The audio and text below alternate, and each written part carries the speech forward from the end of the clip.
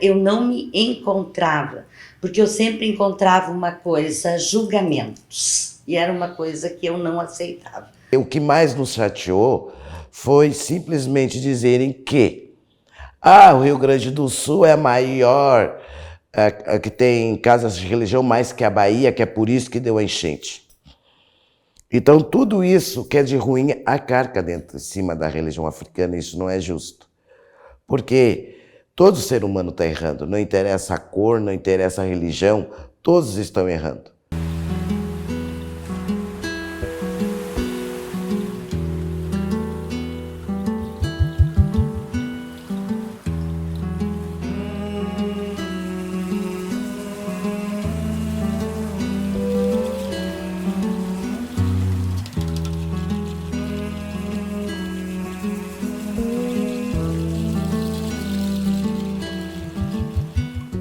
Meu nome é Nara Beatriz de Souza, tenho 65 anos, sou natural de São Leopoldo, mas já resido em Novo Hamburgo já há 63 anos. O meu nome é Marissandra da Silva, 64 anos, natural de Taquara. Até os 15 anos fui criada com minha avó era evangélica, aquela tradicional igreja evangélica, então eu participava da igreja evangélica. Aos 15 anos fui morar com minha mãe era católica, devota. Eu sempre em busca da fé entrei junto com a minha mãe na igreja católica. Fui catequista, fui sempre me envolvendo. Desde Taquara com a minha avó, né? A minha avó, ela tinha uma terreira de Umbanda, que era uma casa muito conhecida em Taquara, a Dona Palmira, e ali eu comecei a caminhar na religião. Com 6 anos de idade, eu já trabalhava com a Maria Conga de Angola. O meu pai não aceitou muito, né? Mas não teve outro caminho. E assim foi ao longo da minha vida, né? Altos e baixos, procura. Eu não me encontrava, porque eu sempre encontrava uma coisa, julgamentos. E era uma coisa que eu não aceitava. E aí eu comecei a caminhar, aprender a religião, buscar mais o aprendizado. E também os meus antepassados, como a minha bisavó, Alvina, né, que foi a escrava, ela foi a última a ter a libertação em Pelotas, né? E ela me ensinou muito. E foi através delas que eu recebi a Maria Conga. Aí a avó, no início ficou com um pouco medo, né? Criança, com 6 anos de idade, vai entender o quê? Mas eu sempre tive algo que a minha avó sempre dizia, que eu era diferente dos netos. E assim foi a minha caminhada. Eu comecei a estudar. O meu pai no início não queria que eu tivesse o lado da religião. Me colocou em colégio interno. Como eu digo, eu sei hoje 5 Pai Nossos diferentes de escolas completamente diferentes. Fui para evangélico, fui para adventista. E simplesmente quando chegou com 17 anos não deu mais para fugir. Com 25 anos eu encontrei a Umbanda, uma pessoa que me levou em Capela de Santana, onde quase nem existia no mapa, era tudo aquilo que eu sonhava, era uma casinha onde tinha lá uma senhora e me ensinou tudo, entrei, me encontrei, não tinha discriminações de nada, se aceitava, porque a Umbanda para mim é isso, a Umbanda para mim é o acolhimento, né? Na Umbanda não existe cores, não existe nada que nos afaste um dos outros. Nós somos a Umbanda, nós somos iguais. Eu sempre gostei, na verdade, mas é que aquela coisa do pai, aquela coisa, sabe, de respeitar o pai, né? E aí, com 17 anos, eu comecei a seguir o caminho da religião. Comecei nos Cavaleiros de São Jorge, na Umbanda primeiro, aprontei a Maria Conga lá com 17 anos. Aí, com 17 anos, o seu Tiriri gritou, mas é que já tinha gritado com 13 anos, na verdade. Mas que deu a sequência com 17 anos. E assim eu fui indo, né? Me aprontei nos Cavaleiros de São Jorge, fiz todos os cruzamentos de Umbanda. E aí até que um dia o presidente disse para mim que o meu caminho não era somente aquele ali, que eu tinha que ter algo mais. No início eu fui muito complicado, vamos dizer, aceitar o lado da nação. Porque a nação é um compromisso, é uma porta de entrada e não tem uma de saída. Então aí eu fui aprender, fui buscar, mas assim mesmo eu fiquei afastada uns 6 anos da religião, porque eu não aceitava a obrigação, né? Mas até que chegou num ponto que eu não tive saída. Aí quem foi me aconselhar foi um padre da igreja Nossa Senhora Aparecida, o padre Luciano. Conversei com ele e ele me explicou uma coisa, que toda religião feita de coração e respeito às pessoas, todas são as palavras de Deus. E aí onde que me deu coragem, daí eu me tornei mãe de santo. Falar da Umbanda, para mim, é falar do meu tudo, né? É falar do encontro comigo mesmo. Porque a minha história, ela é uma história de conhecer várias religiões. Ou no meu tempo mesmo, de anos atrás, era primeiro tu ter o cacicamento na Umbanda, né? E hoje eles não dão mais importância para a Umbanda. Mas só que muita gente não sabe o quanto a Umbanda é importante. Ela sempre existiu, ela é brasileira, ela veio com os nossos índios, com os nossos caciques, ela veio com o barro, ela veio com a argila, ela veio com a água, né? A Umbanda, ela é bem mais velha do que toda a outra parte espiritual que chegou aqui, mas teve sim uma pessoa que foi Zélio, que foi uma pessoa com coragem, e foi lá e registrou no papel a Umbanda. A Umbanda são os caboclos, né? Caboclos que viveram na terra, caboclos que foram índios, foram pretos velhos, que foram os escravos. E também a Umbanda, ela tem muito secretismo da Igreja Católica. Porque a Umbanda, ela, quando chega a Quaresma, ela respeita, né, como se respeita a Igreja Católica. Então existe muito secretismo pela Umbanda. A Umbanda não se faz obrigação, né? A Umbanda não aceita a obrigação, a Umbanda é pura, é fraternidade, é um equilíbrio. Eu sempre digo para os meus filhos que a Umbanda é o alicerce entre a nação e o povo da rua. Ela que traz o equilíbrio. Quando chegou aqui toda a parte que veio da África, os africanos, os índios, eles ajudavam muito eles a ter os seus quilombos, a ter aonde começa todo aquele preceito que se tem das oferendas, que eram mais ajudas do que oferendas, e existiu essa miscigenação, né? Aonde se juntou, e quantos se juntaram, aonde existiu os caboclos, os bugres, os índios, e todos nós fomos formando um Brasil que ele se juntou em fé, né? Então se juntou toda a sabedoria dos nossos índios com a nossa terra, e tudo aquilo que o africano tinha da força deles de segurar uma pedra na mão e sentir que aquela pedra trazia força, né? Então, e tudo isso se juntou, e é onde é a nossa natureza. O cultuar das três é muito diferente. Porque o Exu sabe o que incorpora, a Umbanda sabe o que incorpora, a nação não. Apesar que hoje eles estão trazendo santo, estão trazendo a obrigação, né, de deitar para a Umbanda, uma coisa com o qual eu não fui feita assim. Eu aprendi a fazer a Umbanda, a nação e o povo da rua. Um diferente do outro. Se tem obrigação no povo de Exu, o santo do quarto santo é fechado. Ninguém entra, ninguém acende uma vela, ninguém faz nada. Quando tem obrigação no quarto de santo, o Exu é fechado. Não usa nada, não se faz nada. A gente tem uma frase que a gente carrega, eu carrego na minha vida toda, que a natureza é o nosso altar, né? A natureza é o nosso altar, eu predomino muito, trabalho muito isso com a natureza, né? Porque se tu estás num lugar aonde tu não vai poder te incorporar, aonde tu não vai poder olhar para lado nenhum e ninguém vai te ajudar, mas tu vê uma árvore na tua frente e tu te abraçar nessa árvore, tu estás sentindo toda a força do orixá Oxóssi, toda a força dos nossos caboclos.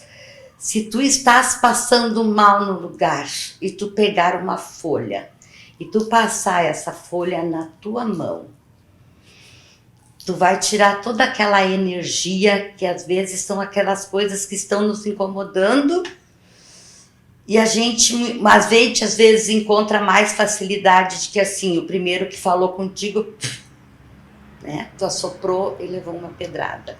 Então, às vezes, aonde eu ensino muito isso às pessoas, a tua cura, ela está muito na natureza. Os principais preceitos da nação, ela é a parte do orixá. O orixá, ele nos determina a nossa caminhada. Ele é o nosso alicerce. E o orixá, a gente cultua de maneira um pouco mais reservada, apesar que hoje nada mais é reservado e respeitado.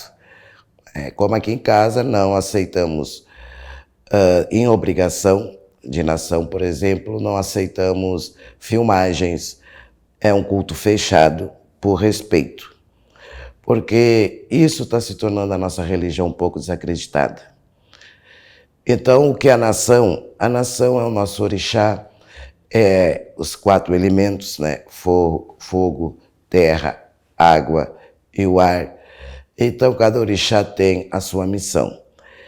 E para nós encontrarmos os orixás para responder, são através de pedras sagradas, que é os octás, que a gente vai buscar nos rios, na natureza, para fazer com que esses orixás respondam com a sua energia nesses octás. Ela é força, ela é vida, ela é toda uma clareza que a gente tem para enxergar as coisas iluminadas na face da terra, mas não é o meu querer, né? Não é o meu querer. Eu passei muito isso de muitas pessoas quando eu comecei a casa que vinham aqui e me pediam, eu quero isso, eu quero aquilo, e eu fui ensinando e buscando o que é a parte religiosa. A nação, ela é linda, séria no sentido de muito mais compromisso. Porque o filho hoje, para fazer uma obrigação de Bará ou Oxalá, o filho tem que ter uma caminhada, tem que ter um aprendizado, tem que aprender a cozinha, tem que começar pela cozinha, tem que aprender a fazer os seus ecós, as suas frentes, tudo que se refere ao orixá. Então eu sempre digo para os meus filhos que o lado de orixá é muito minucioso, é muito cuidadoso, é delicado, porque não tem como brincar. Que o orixá, ele não é a incorporação. O orixá, ele é simplesmente a ocupação. Né? Então, como nós falamos que o nosso ori é o dono do orixá, né? Então, quando o orixá ocupa, não se sabe. Então, aonde que se vem os acheiros para fazer o relógio voltar e a pessoa não se dar conta daquele tempo que ela perdeu? Porque sempre a religião também sofreu preconceito, porque ela sempre é oferecida como o milagre dos 7 dias, né? Traga o amor de volta, milagre de 7 dias. Então foi buscado isso para a nossa religião como assim, tudo que eu quero conseguir, eu vou lá e eu quero isso. E não é isso, a espiritualidade não é isso, Umbanda não é isso, a matriz africana não é isso. Eu agradeço a Deus todo dia por um pai, por um guia maravilhoso que eu tenho. O pai Ogum, ele é um guerreiro, ele foi um ferreiro que sempre lutou pelas armas da guerra, foi um capitão de guerra, muito estrategista. E ele se tornou um grande guerreiro. Tanto como diz, né, que pela Igreja Católica eles fazem o sincretismo São Jorge com Ogum por ser guerreiro. Mas o Pai Ogum, ele é uma entidade forte. E nunca diga para um filho de Ogum que tu não pode. Nunca. Dizer que o filho de Ogum não pode fazer isso. O filho de Ogum faz. O filho de Ogum faz coisas inacreditáveis com poder que muitas vezes acham que não vai conseguir e consegue. Que cada Ogum tem a sua linhagem. Tem o Ogum Anira, que é o de guerra. Tem o Ogum Adiolá, que é do mar. Tem o Ogum Lobeté, matas. Então cada linhagem tem o seu Ogum. Novo Hamburgo eu acho muito... Ele é muito velada a parte espiritual. É muito velada. Tem muitas casas em Novo Hamburgo. Muitas casas. Eu acredito que... Bom, aqui no nosso bairro tem uma, duas... Afonso tem três, assim... Pertinho tem 3 casas. Né? 4. Pertinho tem 4 casas. Aqui. Então, quer dizer, é muitas casas, mas é muito velado. Porque as pessoas, elas ainda têm o preconceito de entrar numa casa de religião. Dizer exatamente é difícil. A última vez tinham falado 30 mil casas.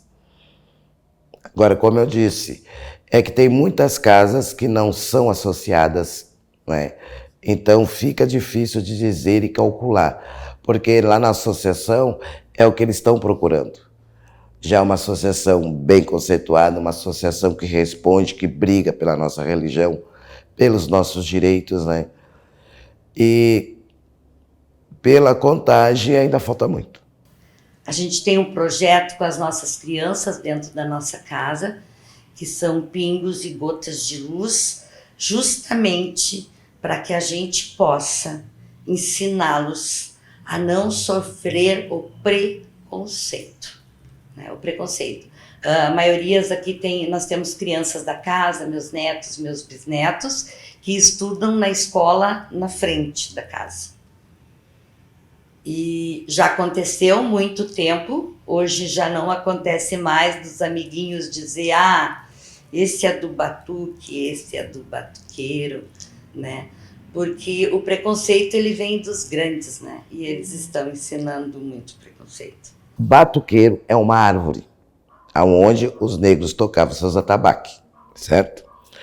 Então, para tu, porque tu é batuqueiro, porque tu é mucambeiro, porque tu é isso, aquilo. As pessoas acabam medo de enfrentar e dizer, bater no peito, não, eu sou da religião afro-africana.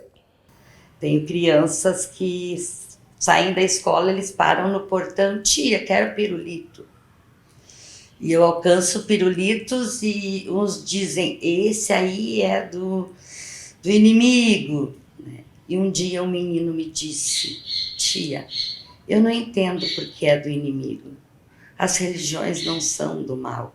Eu tenho a minha casa aqui há já 40 anos. Nunca tive problema nenhum de jogarem pedra, de prejudicarem a minha religião. Nunca tive esse problema. Porque eu acredito uma coisa, que no momento que tu tem uma casa de religião, tu não pode tocar tambor de segunda a segunda. O vizinho trabalha, o outro vizinho trabalha. Então tem que existir esse respeito. Agora, e se tratando do preconceito do lado religião, a guerra é complicada. É muito complicada. Por causa que a religião ela sempre vai ser discriminada por ser uma caminhada de negros, né? A raiz é negros. E simplesmente eles misturam muito as coisas.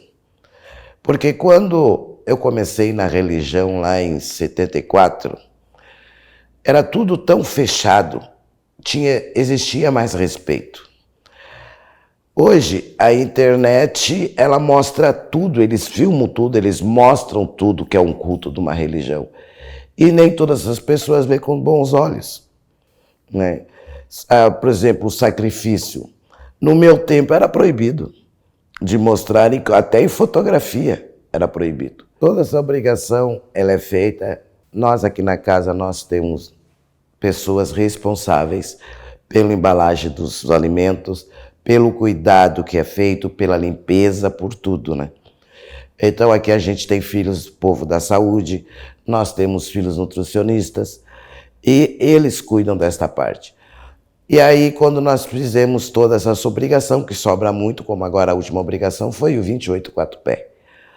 E mais não sei quantos frangos, foi bastante. Então tudo armazenado dentro do freezer, limpinho, direitinho.